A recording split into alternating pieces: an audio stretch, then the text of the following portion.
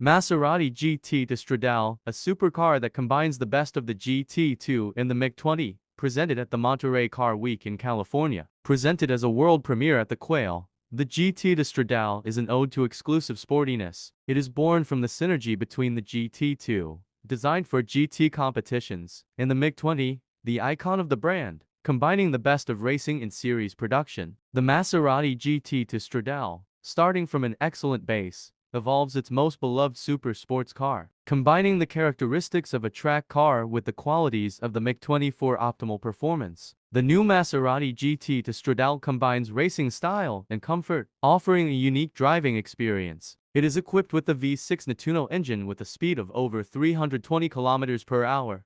640 horsepower, 10 HP more than the MiG-20, a weight reduced by 60 kilograms, and an acceleration from 0 to 100 kilometers per hour in 2.8 seconds. It promises superior performance thanks to an aerodynamic and captivating design inspired by the racing version. The jewel in the crown of the Maserati GT2 Stradale is the vast range of optional extras, the customizations to improve performance or aggressive aesthetics, the exclusive Furaseri contents, and the market-specific configurations.